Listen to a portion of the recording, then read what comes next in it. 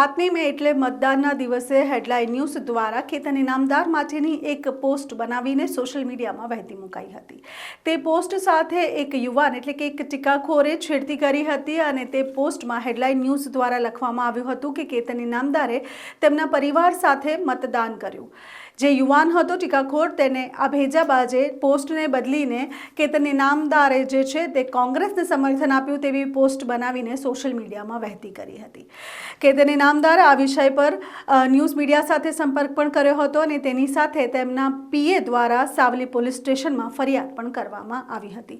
ગણતરીના કલાકોમાં જ સાવલી પોલીસ દ્વારા આ ભેજાબાજને પકડી લેવામાં આવ્યો છે અને આ યુવાન પર ઈપીકો કલમ 469 અને 171 તથા આઈટીની કલમ 66C મુજબનો ગુનો દાખલ કરાયો છે। હવે વાત કરીએ આ યુવાનની તો આ યુવાન ભાદરવા ગામનો રહેવાસી છે અને તેને હેડલાઇન ન્યૂઝની આ જે પોસ્ટ છે તે પોસ્ટ સાથે છેડખાની કરી હતી અને કેતન ઇનામદારની જે છબી છે જે ભાજપમાં અત્યારે ભંગાણ પડ્યું હતું તેનો ફાયદો ઉઠાવીને આ પોસ્ટ સોશિયલ મીડિયામાં છેડખાની કરીને વહેતી મૂકી હતી।